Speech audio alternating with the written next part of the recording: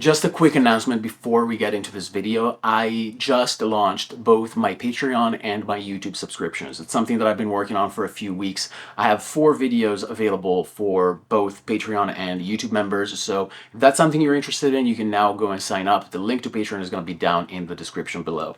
This video is actually a condensed version of a video that you will find in full, completely uncut and unedited, both on Patreon and here on YouTube for members. The original painting that you'll see that I'll show you in this video was a failure. I messed it up and I was feeling tired, I was feeling out of it, and so I stopped entirely. I could have probably fixed it, but I chose not to.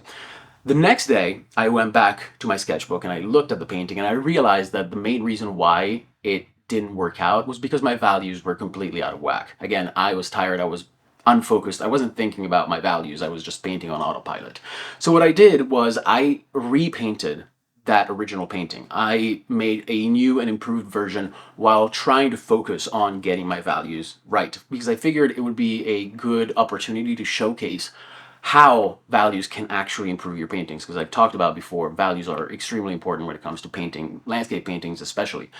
But that's the video that you're about to watch. The original painting was done with acrylics. The new painting that you'll see me paint was made with gouache and watercolors, which is, as some of you may know, it's become my favorite way of painting with gouache lately. So I hope you enjoy it. I hope you get something out of it. And if you have any questions, as usual, you can leave them down below, and I will see you next time. We got our old painting here. This is the painting that I did yesterday that, again, did not work out. And there's a few reasons beyond just the values why this didn't work out, in my opinion. So we're going to change a few other things. I like to just scribble in things like this sometimes in my landscapes because it just helps visualize the terrain for me. Try to layer things. These 2 trees here, they start here, they end up here.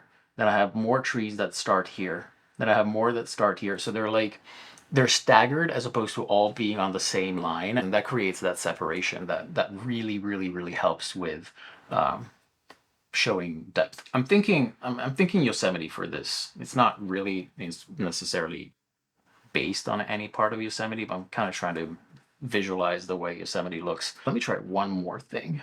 Instead of having that mountain disappear off the frame, let me see what it looks like if I bring it down. Actually, I really do not mind that at all. I like the way this looks. And I want to have some trees on the mountain itself, so I'm gonna leave some unpainted areas. Again, it's gouache, it's, you know, I can paint over things without too many issues, but it is nice to leave some room.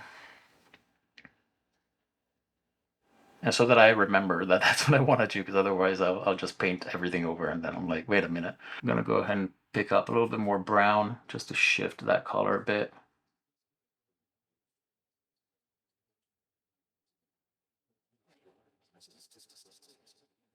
Since I have this kind of color here, I'm just gonna go ahead and mix something like that for the sky.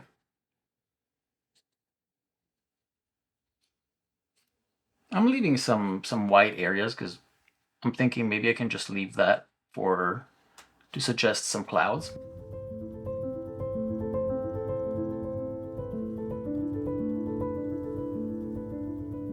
Generally speaking, in the landscape, the way that values work is that things will get lighter in the distance and they will get darker as they come towards us. But I find that it's tricky when you only think in terms of light and dark, especially when you're still unfamiliar with the way values work, because very often we just think that we need to make something darker or brighter. But in many cases, saturation plays a very important role, because something that's more saturated is also darker in value. And I'm gonna fix the shape of those trees later. For right now, I just want to get them down.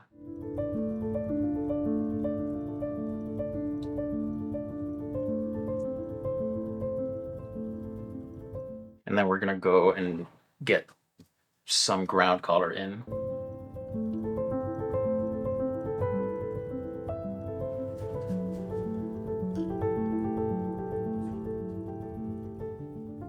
picking up a little bit of a darker color, a bit of a lighter color every time I go in to just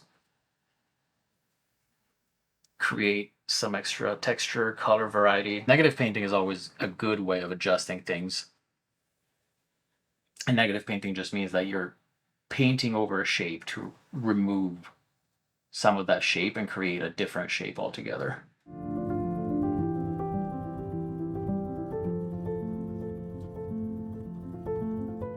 Just break up those that shape a little bit. Helps suggest again the texture, the shape of the mountain. Tricky thing with gouache is that it dries a lot.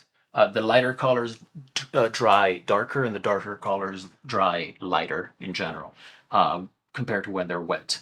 So it takes some getting used to for sure to understand what color mix you should be putting down. And very often, I mean, you're just gonna do some trial and error until you get the color that you want. And even though I don't want a crazy amount of detail, again, it just helps with um,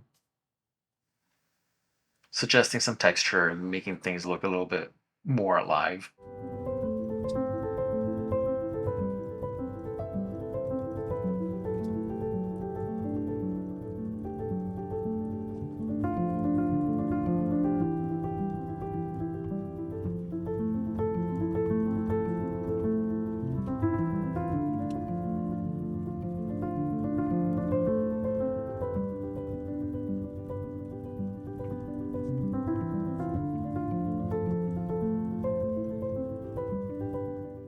I want to have some dry brushing and some resistance, you know? I don't want the paint to just flow perfectly smooth, which is kind of what you're looking for with watercolors, but because of what I'm trying to do here, because of the look that I'm going for, I don't necessarily want that.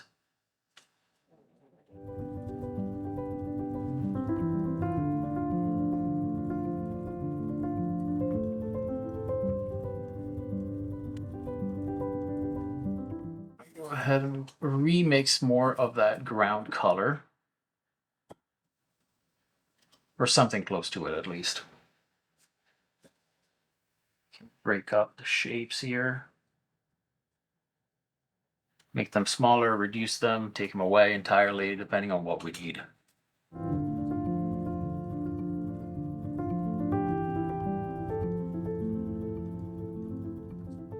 And then maybe a final-ish, much lighter version so that I can add some really light accents. I can have some like standout textures and elements of interest here and there. It could be grasses, little bushes and whatnot.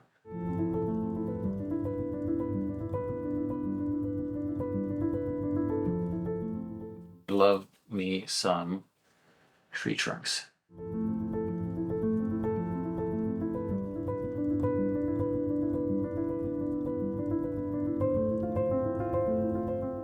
See what we can do with that mountain there, because like I said, I wanted to have some kind of like clouds looking things going over it. So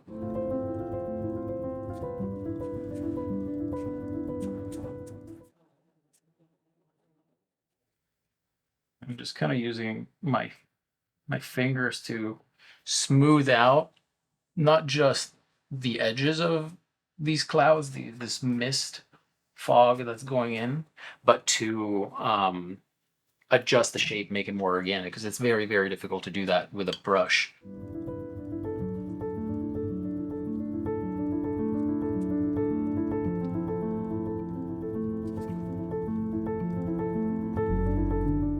I don't mind that.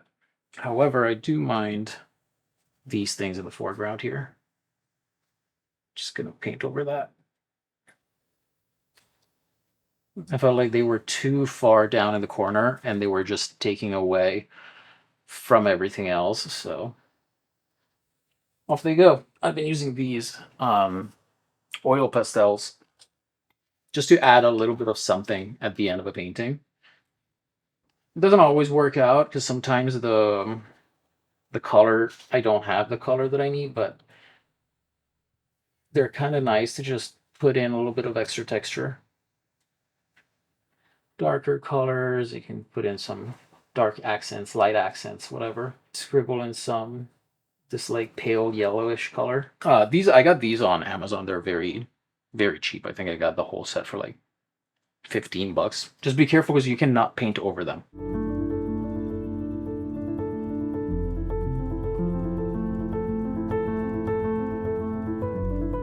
The fall colors were just not as fall-y as I would have liked them to be. I think that's that. And once again, I think this turned out so much better than this one. I really like the values in this, which again was the reason why this one didn't work out. But this one, you can see that the everything is where it needs to be. The mountain is falls down in the distance. The trees here appear in front of the mountain. Whereas here, everything was just, it looked like I had turned down the exposure knob or the brightness knob a little too much on everything across the board. And so things looked flat. If you look at these trees, especially these ones right here, and the difference between those trees and the background mountain is very, very, very minimal. If you squint to the point where your eyes are almost closed, but you can still see the shapes, these trees just basically blend into the mountain, as do most of the other trees. Like things don't really stand out. Whereas if you do the same here, you can see all these trees. They stand out much, much more. The main rule of thumb to keep in mind, which again can not apply sometimes depending on the situation, is that things will be lighter in value as they get further away from the viewer. And the other thing is that this is something that John F. Carlson, I believe was his name, came up with, and it's from his book Carlson's Guide to Landscape Painting, which is a really, really good book that I highly recommend you grab. Created a diagram that says that there's 4 major values in almost every landscape. And again, yes, this can change, but generally speaking, and they change based on the angle of the object relative to the source of light. So the source of light in any landscape is the sky or sun, but let's call it the sky. So that's going to be the lightest part of the landscape. The second thing is going to be the ground, because the ground is receiving the most light from the sky, right? The light is hitting it directly. So it's going to be the second lightest part of the scene. Then we have slanted objects. So hills, mountains, slopes, etc. Those are going to be at an angle. So they're going to get most of the light from the sky, but not as much as the ground. And then finally, we have upright objects like trees or buildings, etc. And those are going to be receiving the least amount of light from the sky, and therefore they're going to be the darkest objects in the scene. Doesn't always apply. For example, snow will often be the lightest part of a scene, even lighter than the sky, especially if you have a blue sky and some sunlit snow. That snow is going to be the brightest part of the scene. It's going to be the lightest value. Those two are probably the 2 main things to keep in mind when it comes to values. They will take you far, I would say. I hope you enjoyed this. If you have any questions, as usual, leave them down below. I will see you next time.